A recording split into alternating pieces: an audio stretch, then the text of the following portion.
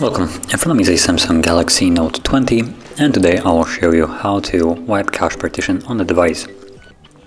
Now to get started, let's go to the notification panel and tap on the power key right here and select power off. Once the device shuts off, you want to hold power key and volume up, both of them at the same time.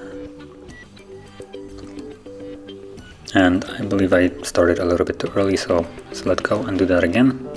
And there we go. So once you see the Samsung logo, you can let go.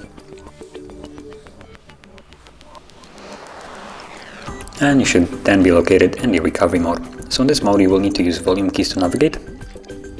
As you can see, volume down goes down and volume up goes up.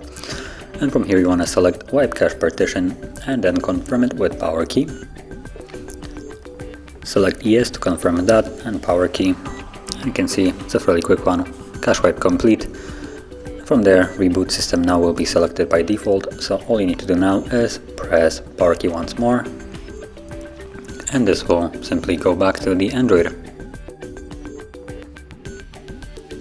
And there we go, we're back in Android with the process being complete. So if you found this video helpful, don't forget to hit like, subscribe, and thanks for watching.